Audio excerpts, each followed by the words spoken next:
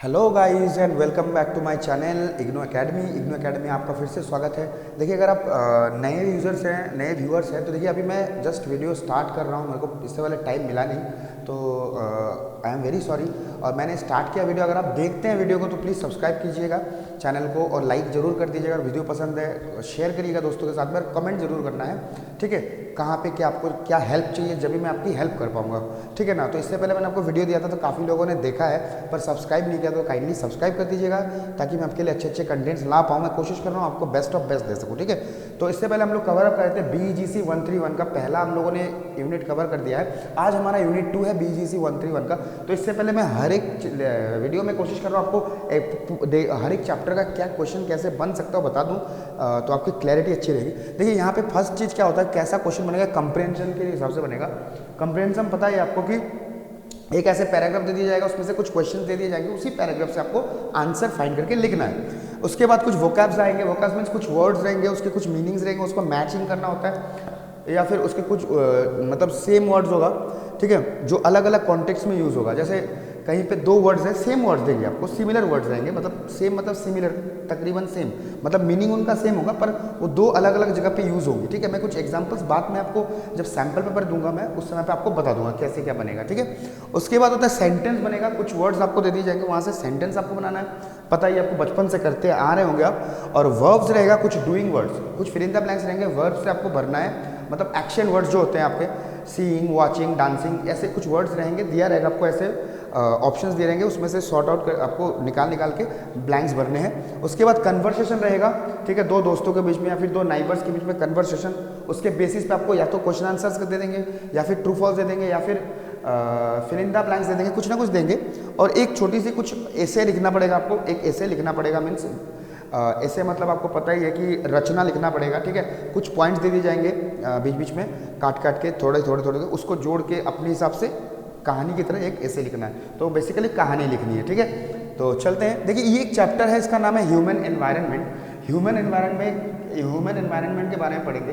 ये एक स्पीच है, बेसिकली कुछ नहीं है, स्पीच है। देखो उतना मैं आपको लाइन टू लाइन नहीं बता रहा हूँ, जस्ट समरी बता दे रहा हूँ ताकि आपको सुविधा हो समझने में। देखिए एक स्पीच है, इंदिरा गांधी, उन्होंने यूनाइटेड नेशन कॉन्फ्रेंस जो 1972 में हुआ था, वहाँ पे उन्होंने कहा था ये, हाँ ठीक है। जो ह्यूमन एनवायरनमेंट में फर्स्ट चीज़ है, उन्होंने दर्शाया था कि अशोका के बारे में, अशोका की एक स्टोरी है।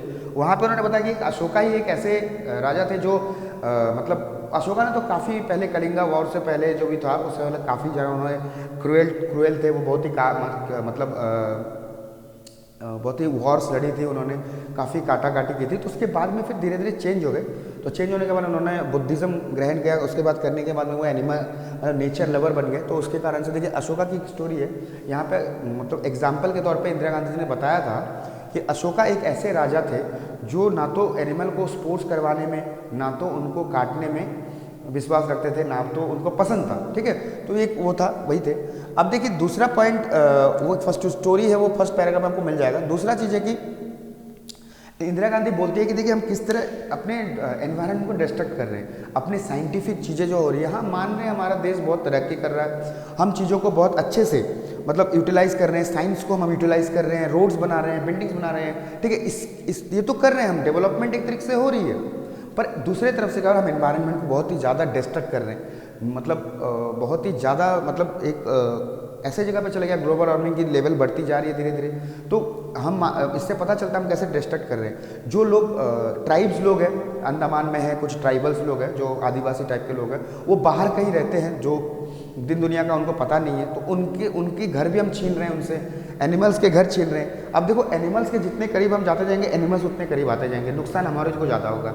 अब एक समझ लीजिए एक फॉरेस्ट एरिया है, इतना बड़ा फॉरेस्ट एरिया था पहले, उसके बाद है ना हम लोगों ने काट काट के ही फॉरेस्ट एरिया को काट के इतना सा बना दिया, कितना सा, इतना सा बना दिया। यहाँ पे जो एनिमल रहते हैं वो कहाँ जाएंगे बेचारे, इधर घुसेंगे तो यहाँ पे हड़कम मच जाएगी, फिर वो इधर भागेंगे तो नुकसान किसका होगा, इंसानों का ही नुकसान होगा, हमारा ही नुकसान होगा। तो यही चीज़ उस चीज़ में बताया गया है, ठीक है। और दूसरा चीज़ क्या है, जो एनवायरनमेंट जब गरीबी के साथ भी रिलेटेड है, अगर हम एनवायरनमेंट में नुकसान कर रहे हैं तो ज़्यादा बिल्डिंग्स बढ़ रहे हैं, मतलब अमीरों की पॉपुलेशन बढ़ रही है, ठीक है। जो लोग पहले फॉरेस्ट प्रोड्यूस गैदर करते थे, उनसे अपना घर चलाते थे, तो मतलब वो अभी नहीं कर पाते क्योंकि हम तो फॉरेस्ट काट दिए सब कुछ। सब बर्बाद कर दिए हैं, काट दिए हैं, सब मतलब इधर उधर तितर बितर हो गई, तो उनकी जो लाइवलीहुड थी वो गुम चली गई, उसके कारण से पॉवर्टी बढ़ती गई। तो एनवायरनमेंट के डिस्ट्रक्शन से पॉवर्टी भी बढ़ती है, ठीक है ना। अब देखते हैं टेक्नोलॉजी का, मैंने बता दिया आपको कैसे टेक्नोलॉजी आ रही है तो एनवायरनमेंट कैसे डिस्ट्रक्शन हो रहा है, पता ही है आपको। ओजोन लेयर डिप्लेशन हो रहा है, बाकी ग्लोबल वार्मिंग बढ़ रही है जिसके कारण से बारिश नहीं हो रही है, फसल नहीं हो रही है, फसल नहीं होने के कारण आर्टिफिशियल्स आ रहे हैं बाहर से हम लोग बना, तो काफ़ी लॉसेस जा रही है, ठीक है ना। उसके बाद देखिए, इसको रोकने के लिए इंदिरा गांधी ने कहा था कि हम गवर्नमेंट की तरफ से बहुत सारे प्रोग्राम्स चला रहे हैं। जैसे अब गवर्नमेंट के प्रोग्राम भी नहीं मान के चलो, बहुत सारे ऐसे प्रोग्राम हैं जैसे वन महोत्सव है, ठीक है, और भी अभी कुछ नया चल रहा है, स्वच्छ भारत अभियान भी चला था कि साफ सुथरा रखो, एनवायरनमेंट को क्लीन रखो, ठीक है। उसके बाद में ग्रीन मूवमेंट, ऐसे बहुत सारे मूवमेंट्स हैं जो गवर्नमेंट चला रही है जिससे कि हमारा एनवायरनमेंट सुरक्षित रहे और एनवायरनमेंट में वातावरण संतुलित रहे, ठीक ठाक रहे, ताकि आने वाले जनरेशन को, फ्यूचर जनरेशन को कोई प्रॉब्लम ना हो, रिसोर्सेज प्रॉपरली मिले, ठीक है। और गवर्नमेंट रिसोर्सेज भी कंट्रोल कर रही है ताकि जो हमारा फ्यूचर जनरेशन हो पूरी एनवायरनमेंट को अच्छे से एंजॉय कर पाए। खाली हम ही लोग लेंगे, वो लोग नहीं लेंगे, बाद में टेक्नोलॉजी आएगी, फिर धीरे धीरे आदमी नहीं रहेगा, मशीन बन जाएगा, तो ये नहीं चाहिए हमें भी, है ना, बेसिकली। तो अभी देखते हैं, वहाँ पे इंदिरा गांधी जी ने और एक कहा था कि दूसरे कंट्रीज से हमारी कंपेरिजन करी है, ठीक है, दूसरे कंट्रीज से हमारी कंपेरिजन करी है। कैसे कंपेरिजन करी है कि देखो, अगर पॉपुलेशन ज़्यादा हो तो ही एनवायरनमेंट पोल्यूशन होगा, ऐसा कुछ नहीं है। कहीं कहीं ऐसे भी कंट्रीज है जहाँ पे पॉपुलेशन कम है पर वो रिसोर्सेज को ज़्यादा तरह से यूटिलाइज कर रहे हैं, बहुत जहाँ पे जरूरत नहीं वहाँ पे भी यूटिलाइज कर रहे हैं। तो इसके कारण से क्या है, कम पॉपुलेशन के पॉपुलेटेड लोग भी बहुत ज़्यादा तरीके से एनवायरनमेंट को यूटिलाइज कर रहे हैं, बहुत ज़्यादा तरीके से रिसोर्स को यूटिलाइज कर रहे हैं, ओवर यूज़ कर रहे हैं। तो ऐसा नहीं है कि अगर हमारी कंट्रीज़ में लोग ज़्यादा हैं तो हम मतलब ज़्यादातर एनवायरनमेंट पॉल्यूशन कर रहे हैं हम लोग ज़्यादा, ऐसा नहीं है।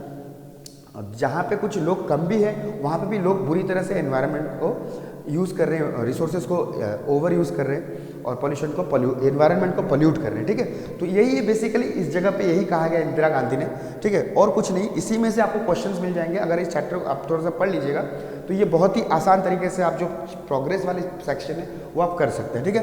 क्वेश्चन आंसर्स रहेंगे, वोकैब्स रहेंगे, सेंटेंसेस रहेंगे, वर्ब रहेंगे, कन्वर्सेशन रहेगा, इसे रहेगा लिखने को।